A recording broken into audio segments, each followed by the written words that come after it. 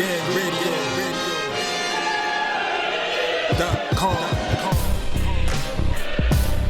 Take over. Last mission. Final boss mode. Boxing is in a state of recovery. And then, speaking of recovery, I mean, obviously, our last topic of the night is just doing a recap of the top ranked cards, the last two top ranked cards. As you know, because Top Rank is the only promotional outlet that actually has everything up and running. And gives a damn. Yes, and gives a damn. And I know some people have, some people have been down about the quality of the cards, depending. And some of them was like, some of it. I mean, there have been surprises almost on every card. Yeah, no card was outright horrible. There's only one card that you could say was really the worst one, and it was the very first one. And even then, we got 6 rounds of Shakur Stevenson walking somebody down, beating their ass. Even that one wasn't a bad one. So all of them have been pretty good. You still had a bright moment. Yeah, like P said, like it evened out. Like his performance kind of evened it out. It's cool. Right. So we've had worse nights of boxing on fucking, without a pandemic. Yeah, I still that Robert Easter Bartholomew fight. Oof, my God. That doesn't exist in my mind. I'm about to hit you with the Will Smith fucking. The Robert Easter Granados fight was damn good. Was good, yeah, that was good. But I don't know what the fuck was going on with that Robert Easter Bartholomew fight. We don't speak on that. It doesn't exist. I mean, it was bad when Postal and an Egyptian cat with 3 KOs had a much more exciting fight, man. I feel like that was one of the few nights I actually feel like, why did I even watch it? Like, why didn't I go out and actually do something with my life? Hold on, didn't Bartholomew have a bad fight with Peterson? Yeah, I mean, he had a lot of bad fights since that Relic fight. Yeah, Relic kind of took his soul away. Yeah, because the 2 Relic fights were good, but after that, like, Bartholomew just went like downhill, like badly. I don't know what. All the people who say Prograis ain't fight nobody, Relic, he took care of Relic. I mean, first I didn't think Bartholomew actually beat Relic the first time. He got robbed. Hell yeah. Yeah, Relic could fight. Yeah, he could. And then the second fight, the Relic beat the shit out of him. So that was cool. It was one of those Tyson Fury moments. Like, look, man, I gotta really put my foot in this dude ass this time. Hold on. But yeah. When you have fights like that, you're just like, oh my God. Those were worst nights of fight. The top ranked fights are what they are. Basically just is. I mean, afterward they're just glorified, showcase fights with, hopefully with decent main events. And not all the main events were bad, I mean. Shit, the co-main's been holding it down. That Adam Lopez fight, like. Right. Nigga, that fight was good. That was a good fight, no matter what was going on outside in the real world. Yeah, and then we talked about the DeMarco fight was a good fight to watch. And in this particular case, the co-main for this one, originally it was supposed to be Jose Pedraza versus Michael Lespierre.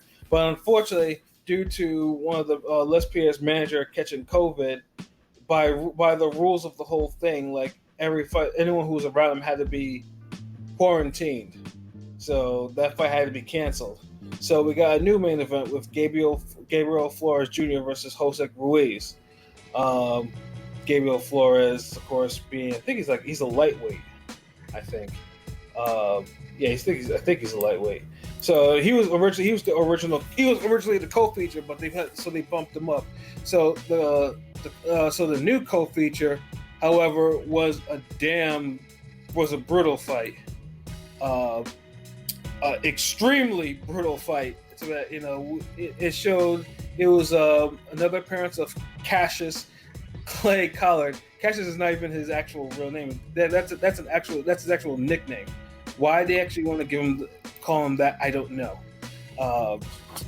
They really couldn't. It's like Clay, like cat, like who gives? Because you can't give nobody Muhammad Ali name or say they the greatest. So he's like, fuck it. Right. We'll give him the name that he threw away. But I guess it works. It works. He making it do what it do. Yeah. Prospect killer. Yeah. So yeah, he was the co-main event against one of Top Rank's newer prospects, David Kaminsky, and and just LB just mentioned, he's been known as the prospect because he had already took the zeros of 2 prospects this year alone. So will he turn the hat trick? The answer was yes. Like that was a hell of a fight. Like yeah. I know on Twitter people were feeling that fight a lot because they saw Kaminsky. He landed some shots though, but he had nothing. He couldn't stop the right hand left cross. He couldn't stop when couldn't stop anything really. Like he couldn't stop when Kyle work. He took one of those Holyfield beatings where you just get punched all over your body, headbutts, all of that shit, elbows. Yeah, like he literally Kaminsky. The whole kitchen sink was thrown at him. Yup. Yeah, like he didn't move his head. Like literally, when Clay Collard would actually just run towards him and throw all his punches like a fucking video game. He took all them shits. He ate all them shits. Yeah, because dude literally would back up in a straight line, and he'll back up like 3 or 4 feet, and it's like, dude, all the person has to do is just keep coming forward. Right. But the thing though is, because I remember I was talking to LB about it, I was like, man, this Clay Collard seems to understand angles. Like, what made it effective? Like, he was moved, like, basically he would move to this and he would throw these punches and move to that, and Kaminsky had nothing for that either. Yeah, because Clay will, actually had an amateur boxing background besides the MMA background. Right, and even though he's known more for the MMA, so that's why it was rare that to me, just for someone who's so associated with more of MMA, to actually see that from him. But once someone says amateur boxing, I just step back and like, okay, this guy, he knows how to box. Yeah, I forget all about the MMA shit once you say amateur boxing. Then I know, I'm like, okay. So his striking is like, hey, he probably could move the angles, and he's gonna be familiar with the ring. He ain't gonna fall into that, washed up MMA boxer, fucking game plan shit. Right. Now he still has some awkwardness because he's probably a hybrid of both styles, but you could tell he has the boxing fundamentals, and he had a little sauce to it too. Yeah, he did. He looked at it. Down the line, I remember I was like, yo, this is a lesson. Like, dudes would go to the hospital because you see Kaminsky's face, like his eyes were all swollen, his cheekbones were swollen, like he was bleeding, he was leaking. It's like, bruh, it looked like he got jumped, bruh. Yeah, like one of those cops at one of those protests. Like, goddamn, like, yeah, we need some stormtrooper uniforms and gear out here for this shit. Yeah, because the fight went 6 rounds, and 6 rounds, I was like, man, this dude looked like he actually went 12 rounds in the war. Yeah, 6 rounds times 2. Yeah, exactly. Dude was all fucked up in the game, so I'm like, yeah, Clay won. Mouth hanging open, eyes closed, like, geez, like. Yeah, but then one judge had the nerve to actually give the fight to Kaminsky, and I'm just like, what the fuck are you watching? That judge deserved the same beating. Yeah, it's like, not even a draw, which is still bad, but an actual victory. I was like, what the fuck are you watching? But luckily 2 other judges got correctly, and they're like, yeah, Clay Collard won. So like I said, that's his 3rd undefeated prospect. And I'm not sure what it is. Like, do they just want to job dude out? Like, he's not a regular MMA fighter, as LB said. He has boxing experience. Like, he's too old and he's too dangerous. Like, because the prospects he's beating, they're young, or I think they are young. I know. But still, some of these prospects are supposed to be seasoned and have amateur fights, and Well, in this case, Kaminsky was only 19, so it's like, why would you put a 6 fight novice against? Against a...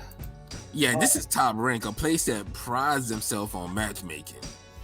Right. And that was a huge hiccup because I mean, Yeah, the mismatch, you could tell- the matchmaking was not strong with this one. yeah, you could tell Kaminsky was out of his element. Like as soon as the fight started and you see how Clay was moving, I already know like, yeah, he gonna give him a hard fight. He in for a long night. Yeah, and then also too, I mean, PBC the last fight when he scored that knockout. I mean, that was a 20-year-old. They thought that he was gonna be on some job shit, and Clay Collard beat him down. So it's just like you got to be careful who you're putting people in the ring with. For these young guys. Yeah, because Kaminsky got that type of loss is a horrible loss to take, man. Like early in your career. Yeah, because I was just waiting because I remember I think it was like maybe 5 minutes after they got out of the ring. You saw I saw the tweets and I saw people Dave Kaminsky had to be taken out on a stretcher to go to the hospital, for like further observation and checking. I'm like, oh boy. I was like, there we go, because it was literally that type of beating, and it was just like, I mean, luckily David Kaminsky turned out to be okay, but that's a kid. Yeah, okay for now, but yeah, it's like you're gonna have to put the trainer wheels back on his career and really look at it closely because we don't know if there's any lasting damage. We don't know what happens to his psyche after that. Exactly. Like he got undressed. It was a complete beatdown. It wasn't like he caught clean punch. He was catching everything, kitchen sink, all that shit. Yeah, exactly. I mean, that was a complete beatdown. Yeah. If it was like It was a demoralizing. demoralizing L. Yeah, I was gonna say it's very demoralizing L. So he's gonna have to, I don't want to say be brought back slowly, but back to square one. Yeah, and then too, like the people, keep your prospects away from this guy. Like if your prospect has less than 10 fights, unless he does like the World Series of boxing. Like if he ain't no stud, then just leave it alone. Yeah, exactly. Like niggas like, I mean, dude is watch some tape for damn crying out loud. Like, jeez, like what the fuck y'all niggas doing? It's a pandemic. Y'all keep hearing this Clay name coming around and y'all signing these fights and y'all not watching this dude? Yeah, like, and I'm not even putting this on the trainers because you little motherfuckers be all on your goddamn Instagram and shit. Get off that shit and bring up fucking YouTube and watch these fucking fights. Yeah, it's just like I mean, right now, I mean, from what Steve Kim said, like they're planning on bringing Clay Collard back for July, And Damn, so, what, the July ass whooping now? Yeah. Now, what's gonna happen is like Top Rank, like honestly, Clay Collard now, cause he has a lot of buzz now. Because I know a lot of people on Twitter were like, See, but now Top Rank is gonna try to make him lose. They're gonna really get a stud now for his ass. Because it's too quick for him to be coming back to fight. It was a mostly one-sided ass whooping.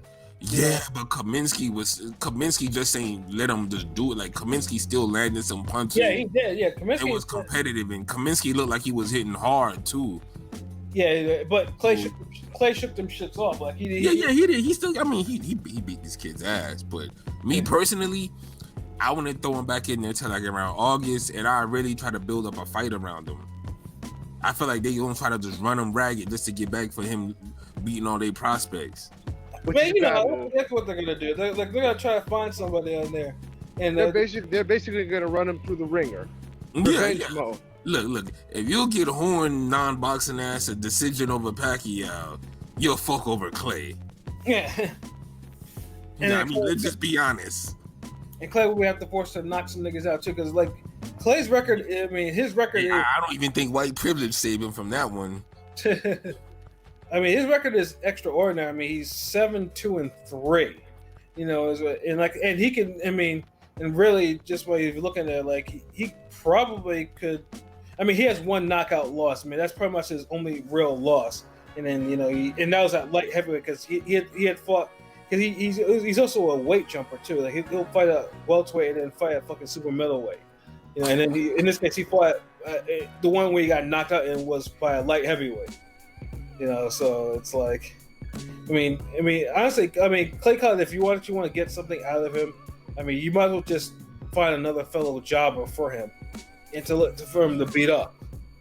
You know, if you Take want the emotions out of it. Don't look to get some fucking Olympic prospect level stud to beat his ass because at a super middleweight or light heavyweight because y'all want to see him lose. And right. Clay, you know what's good, bro. You know you buzzing, man. Don't take no bullshit fight if you don't have to. Right. That's all I'm saying, bro. Because you at least look like you could Austin Trout it up for a while. Hell yeah! Like I mean, they were giving him all types of comparisons. You know, it was, you know, I mean, they were like, yeah, this dude's gonna be the next everything, man. It was just like it's kind of being overboard, way overboard. Yeah, especially if you're not gonna really take it and seize the moment and try to make something out of it. So you know, that's what I'm saying. Like they need to just chill. Like you know, let him buzz, let him do his thing. But hey, like. I mean, dude, y'all gonna try to make him something, or y'all just gonna try to get him, run him through the ringer? I mean, they were talking about he could be the next Darnell Boone. I'm like, oh my god, damn! Like dudes don't even be aiming high no more. Like, yeah, you're comparing him to a nigga, the one-hit wonder nigga. Like, oh my god. Well, Darnell Boone's not really one-hit wonders. I mean, the one moment wonder, like he gets one moment. Yeah, one moment wonder. Yeah. he gets one good moment in each fight, and that moment could differ. It could vary. Like it could be that one moment he could knock your ass out. One moment he could damn drop you. One moment he could hurt you. Right, drop you a whole bunch of times. Yeah, so you know. Yeah, he's the Doja nigga on the posse cut that comes with the dope verses once in a while that be like, what the fuck? He out rapping the big niggas. Like, oh shit, hold on. It's that one nigga in the No Limit CD booklet that be at the real back at the end of the booklet. Like they keep saying coming soon, but his album never coming out. But when they do the posse cut, his verses be just as good as Mystical and all the big names. Damn, like who this nigga have to see murder? Like who this dude? Like yeah, that dude. Oh man, you know, but yeah, I mean, kudos to Clay Collard, you know, for seizing the moment and getting another extraordinary victory. And I think that was the highlight to the, you know, with regards to the main event. I mean, outside of the first couple rounds, I mean, pretty much Gabriel Flores was pretty much using good movement, sticking and moving, and didn't really plant his feet or even step on the gas. He was hitting hard though, bro. You got it. Yeah, he was. Like, I mean, the knockdown was beautiful. Like he feinted a left hook, dude bit, and then he actually blasted him with a left hook that had him like dancing. You know, I was like, yo, that was beautiful. But he did say he hurt himself. Yeah, he said he had a back injury or something like that. So see, that's why he was fighting like 50 or 60% of how he usually fights. And then there were pictures after look good for the 50 or 60% though. Yeah, especially because if you ever had a back injury, and unfortunately back injuries they're not fun. Yeah, they're not kind of the worst. Yeah, no, my back injuries are like when that happens, man, I could barely walk. Never mind like skipping around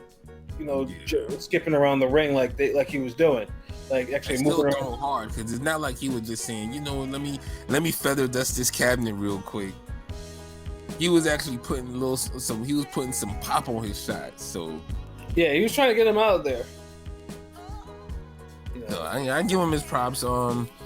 I know people are gonna be like, damn, it sound like they was impressed with that Clay fight more. It was just there was more to talk about in the fight. You know, Gabriel Flores he did what he was supposed to do. The biggest takeaway from the fight was some guy bet I think $185,000 on him. Exactly. Just to win $4,000. Like yeah, I mean to me as a gambler, that's one of the stupidest bets I've ever heard of in my life. Low key had me rooting for them to lose. That's some real degenerate shit. Yeah, that's super degenerate shit. Like, come on. Yeah, I mean, if you, I rather you could have fucking set up your own women's boxing match with that money, nigga. Right? And made that. Damn, he betting. We could have legit got Serrano Taylor with that shit. Yeah, I mean, it must be nice to be able to bet that six-figure amount like that on someone who's like a minus 4,500 favor or some shit like that. You know, it's Damn, prospect fight, our French contender fight. Like, yeah.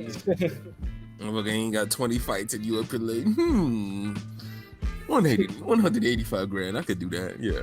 $4 grand. Yeah, I mean, I could do a lot with that for like, really, like.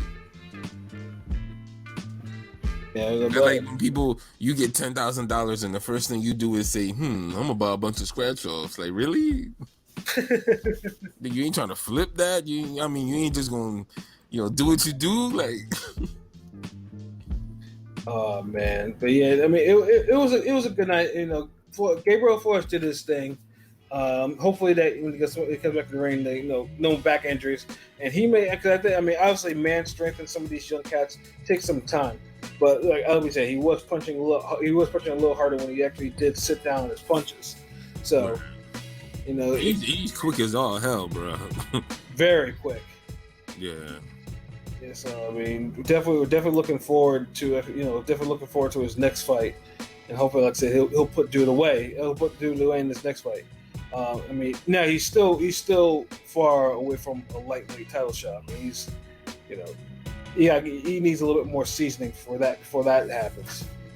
Yeah, especially with the competition. Like, as far as seasoning, his style, like he look on point. Like, shit, he looked more impressive than fucking Navarrete.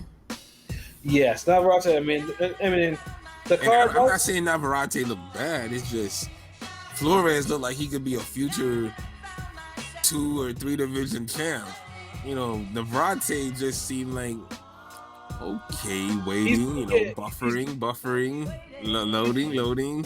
I mean, one thing I take away from that card, I mean, in terms of that fight, I mean, he's getting complacent. I mean, pretty much, everyone recognizes he is a talent. I mean, you don't beat Isaac Dogbay the way he did, and I think he doesn't have anything. Style matchup did favor him. Yeah, I was gonna say he definitely had the stylistic matchup. But he did prove himself, not once but twice. So, he beat one elite opponent, and when I say elite for the division, right? So he has that going for him. I mean, this is what we talk about. I mean, he literally changed the career trajectory. I mean, LB's talked about this before. Sometimes you take fights that you don't really need to take, like Dogbay did, like at the end of the year when he was pretty much. I mean, he pretty much was a candidate for Fighter of the Year. Yeah, he could have been Fighter of the Year. Yeah, but it's rare to see a champion actually fit in a 4th title defense in a calendar year. So, and unfortunately, some people don't get 4 in 2 years. He yeah, and then unfortunately, that 4th one ended up being, one that he lost, and he took a huge beating in, and then. Yeah, like somebody should have won. Like, you can see the tape. Like, yeah, no, that match was all wrong for him, man.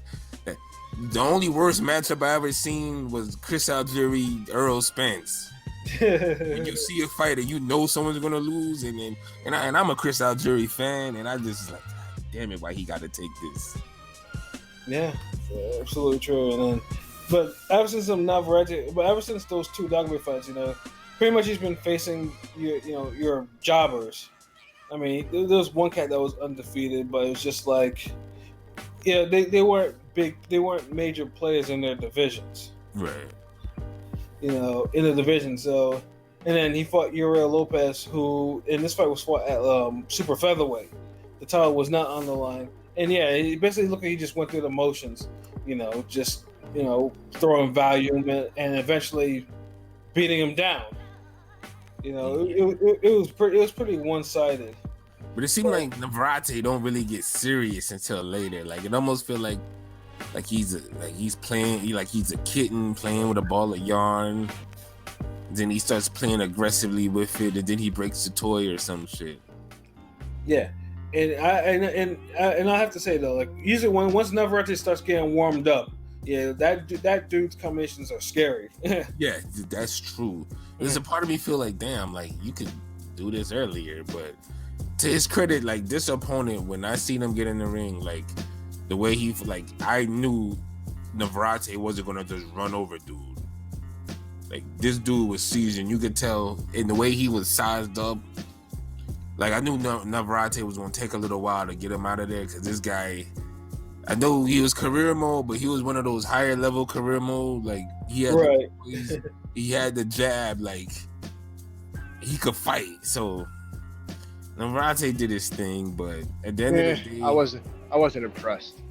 Nah, Flores was more impressive, and he had an injury, so. Like, Navarrete had to really Navarrete had to knock him out earlier for me. He looked like Navarrete looked like he looked slow and sluggish, and like he looked like he had a long ass layoff. Which didn't he actually have a long layoff? Yeah, for him. Yeah. I don't know. I like the qualities that he has. Like I like his style. You know, the pressure, the angles, the punch placement. But like, you know what I'm saying? He was looking sloppy and too open for me. Like, that's what I'm saying. Like he was essentially like selling out to fucking get the punches in and to get the KO. Like, and I'm surprised this guy didn't take advantage of it because he obviously has some skill level. Exactly. Well, exactly. But a better fighter puts Navarrete on his ass. Because to me, he was open for that overhand right. Yep, the overhand right is there every time. Like if you have the footwork, you get into someone's chest deep, get him to kind of go back a little, and then that's when you hit him with that punch. And see, Navarrete, he opens himself up when he's swinging those combinations. Yep.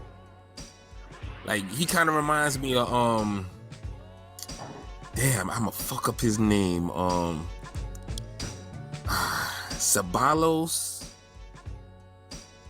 Ah, fuck, I can't remember. He was at one of those lighter divisions. I think he fought Jason Litzau. Cabarello or Celestino Caballero. So yeah, Caballero. Yeah, he kind of reminds me of him, but like I think a better puncher.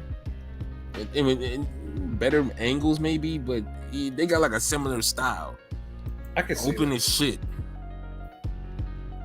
Yeah, I could definitely see that. Yeah, I had to dig deep for that fucking reference, ain't it? Yeah, it was. Yeah, he has. Oh, that fight particularly cost me a parlay, so that's why I remember that damn fight. Yeah, another betting ass nigga in ring game. Hey nigga, that was 10 years ago, bro. I still remember that shit. That make the reference all better. Like yeah, exactly. Like when you like people listen, like you know these motherfuckers watch boxing. You know they love some boxing. You don't just bring up that fucking fight. Yeah, niggas digging in the crates for these references. Yeah. In fact, this nigga lost me some money. Yeah, and that's why Pat remembers it. Man. That's why Pat remember. I remembered it because damn, somebody has this motherfucker style I ain't seen in 10 years. I legit remembered it. Like Pat on some. Oh yeah, that motherfucker. He got his ass whooped. I lost money for that shit. Yeah, he owed me money. Yeah. Pat big ass look like he would actually try that shit. I used to hate how that dude punched though. Oh my god, that was annoying. Now Navarrete definitely punches better. Oh yeah, definitely. Better combinations, better everything. Yeah, but just open as shit though. Now that's the thing, man. Like, but I do want to see him raise up the competition level. I know me and King P, we was texting back and forth about that shit. Like right now he almost has like a Tevin Farmer 2.0 career. Right, because 2.0 because he did beat Tevin, but nah, he's fought better opponents than Tevin. Yeah, hey, I'm giving him credit for the dog bait fight. Not even then, yeah. Like the guy that he fought just did this past weekend is better than some of the guys that Farmer has fought. That's true. The only reason I'm saying it in name because it's a guy who's obviously skilled. He's getting a lot of title defenses done out of the way. So now we're at a point where, okay, is he who we think he is? Or is he better? can we see him against another, stiffer competition? Somebody? Can we see him with another elite guy? Somebody who could test him a little bit, and somebody who might not offer him the style matchup advantage. More resistance. Right. I want to see. That's where we at with this dude now. Right, and it depends because at 122, 122 right now is kind of political right now in terms of within its champions. You have Ray Vargas, who's with Golden Boy, and you have Akhmadaliev, who just recently beat Danny Roman for the other two belts at 122. Now, either one of those, a good ass fight. Yeah, any combination of those three would be good, but they just don't know why they're not being made. Isn't Danny Roman getting a rematch? It's kind of weird. I don't even think Danny Roman's even fighting with the Zone anymore, which is another odd thing, because that dude's fights have been on point on the Zone. But but feasibly you'd want to see Navarrete in the mix with these two, but the fights haven't materialized. So I know probably right now that this fight last week was probably just to see how he would actually do at a higher division. So I wouldn't be surprised if Navarrete moves up and he vacates his belt. Because he still looks pretty big for that division. Oh yeah, he's stupid big. Like, how's he bored on the 122 like that for his size? Man, he'll probably end up at 135 at the end of the day. Probably end up at 140, honestly. Yeah, you're right about that, because he got the height for it too. Yeah, they're gonna get you a fight with Teofimo Lopez. or Ramirez, somebody. Yeah, but they gotta stop feeding him inferior competition. Else what happens? Else will just spoil on the vine. You don't want that to happen. And see, that's what I was really looking at with the Farmer comparison. Just you're hitting the same type of competition, so you might end up being complacent, because the guy he was in there with the other night was pretty decent. Like, he was solid, but he just never picked up on the openings. Right. And sometimes you don't have to be a better fighter. Sometimes you just got to see better. You got to see certain things better. Or you got to have a better corner, and they can point it out like, look, man, he's backing up, or he's opening himself up. When you get in there, when you slip, just shoot the overhand. You ain't even have to look for it. You know his head is gonna be there. Yeah, no, but yeah, Navarrete. Honestly, yeah, we probably won't see his full potential until he moves up to like 130. Because even if he moves up to 126, you'll probably find politics. Politics. Yep. How did this damn politics in boxing? Technically, he holds a WBO belt, so if Shakur moves up, he'd probably be in line for that belt. Because due to the WBO rules. Yeah, that's true. Yeah. And I wouldn't mind that fight. Yeah. Or put him, I was going to say, put him against pretty Mickey Conlon. Yeah. Shout out to Mick Conlon. Oh, no.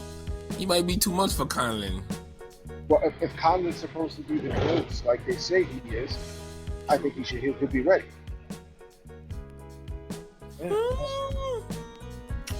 We put both of these niggas at a crossroads. Yeah. You're right. Something's got to give. But would they take that risk, seeing that both guys are marketable? But both guys could come out better regardless of the outcome. This is true. Yeah. And I have no doubt that we'll have a great fight out of it. Yeah. But hey, so yeah, promoters, if you're listening, we just dropped a whole bunch of game and whatnot on these fights. So this whole episode been nothing but game, bro. Yeah, so feel free to pick whichever one, pick whichever jewel, and then make it a reality. Yeah, you're welcome, Alphabet Boys. All the damn matchups and fights we propose, like y'all do your job. Exactly, but I mean, other than that, I mean, the rest of the card was pretty by the numbers. I mean, there was a brutal knockout. That's probably gonna be KO of the year candidate. I mean, that shit was tight, brutal. Damn brutal. Sweat falling off. The dude was iced. Dude was grave, grave status, man. Dude was in the coffin from that shot. Played Mortal Kombat earlier that day with Sub-Zero, and when I seen dude fall, I just thought about when I froze the guy earlier and shit. Like damn. That's how it was. Like it just like block of ice falling. Word. Like man, that was crazy. That was a good little fight too. Yeah, I told LB when it happened, like the life left this nigga's body and rigor mortis set in before he even hit the ground. Yo, the funny thing about this, I forgot to even mention it to either one, so I'm gonna say it now. Both y'all niggas had mentioned rigor mortis lines in y'all texts to me. Cause Pat was like, this nigga stiffer than rigor mortis. I was like, yo, stiffer than a triple G jab. Like, and then King P texted me like right after that, and then he said, hey, shit, great minds. So left his body. Rigor mortis said it like the whole like I think the funeral happened too within the time he fell. So yeah, that shit was crazy. So I hope he recovers from that and he can still box and be cool and everything, because that was a hell of a shot, bro. Yeah, it was. So I mean, like I said, the top ranked shows. Well, I will only get better. I mean, the schedule is certainly getting a little bit more interesting. We have. I mean, top ranked shows are pretty much made all the way through like mid-July, I believe, and so yeah, definitely you gotta stay tuned because there will be I know this week there will be there's some really good fights this weekend. I wouldn't be surprised if something noteworthy comes from all these three, which we'll probably talk about later date after they happen. Yeah, just so I think it's 8 o'clock Tuesday. It's 2 fights this week, right, or 3? 3. So what? Tuesday, Thursday, Saturday. Yep. Tuesday's the Maloney fight. They're both Maloney fights because they're brothers. Saturday's both brothers. Oh, so they got some Charlo shit going on then on Tuesday. Yeah, the twins. One twin's fighting on Tuesday, the other one's fighting Thursday, and then Miguel Purcell is fighting on Saturday. Oh, okay. Oh, so the Maloney, they're headlining their cards. Okay. Yep. Exactly. You matched in good or? Yeah, both of them actually. One of them holds a regular title. Of course, the real title is held by Chocolatito, but you gotta let these guys think they're champion. Damn. So yeah, I mean, yeah. So that's it. He a junior whopper. He ain't the real thing yet. Yeah, so you just gotta stay tuned, man. Like the top ranked fights, the top ranked cards, I feel will get better. And yo, it's a Saturday card. What time is that? Nigga, I do not know. Another fucking 11 o'clock ass card. That shouldn't be unless there's a UFC card going on, because UFC, unfortunately, ESPN airs UFC too. But yeah, I honestly don't know what the time is for that. That shit pissed me off because I had got everything done and ready. So when 8 o'clock came, I was like, where the fuck boxing at? Then I see 11 o'clock. I'm like, son of a bitch. Yeah, so far I can't find a time for when that card's gonna start. The Burchell fight. That's about like PBC. They Saturday fights. That should be like 8 o'clock on the dot. Like, look, nigga, PBC 8 o'clock.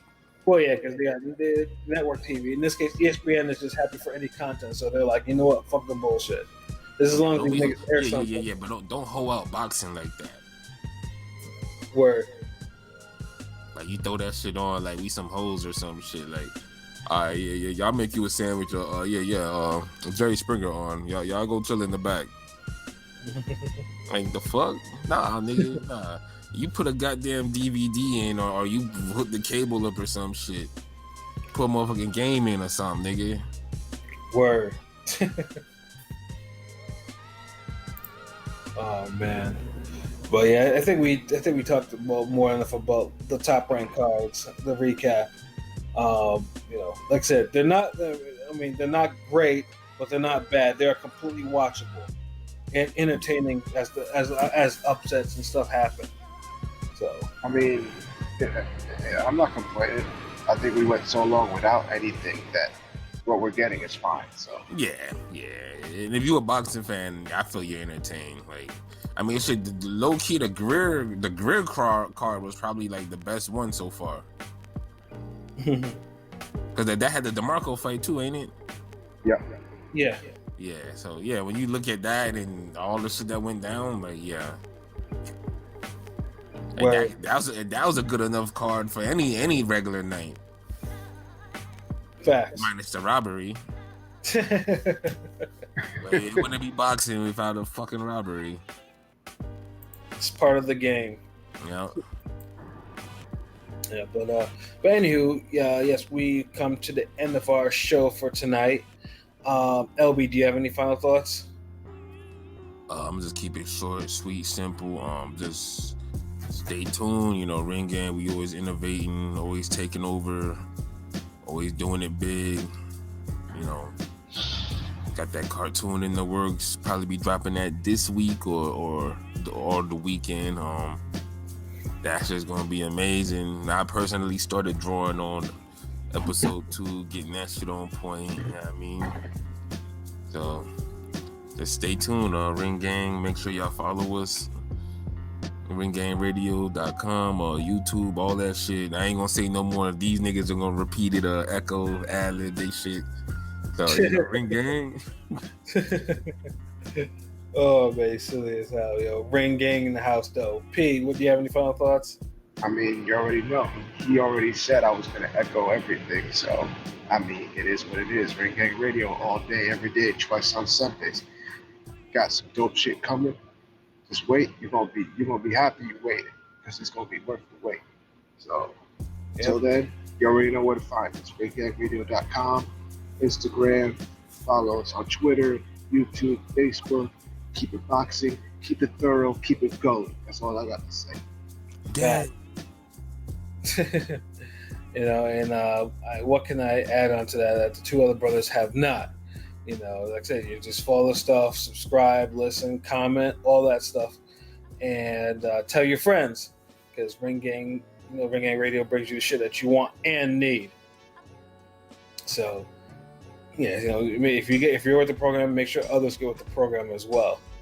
So, for myself, Pat Scorpion, the New England representative, for Shuttleworth the God, LB the GOAT artist, for King P, Bodega P. This has been another wonderful episode of Real Talk, where as always, if shit's real, we talk about it. So until next time, peace.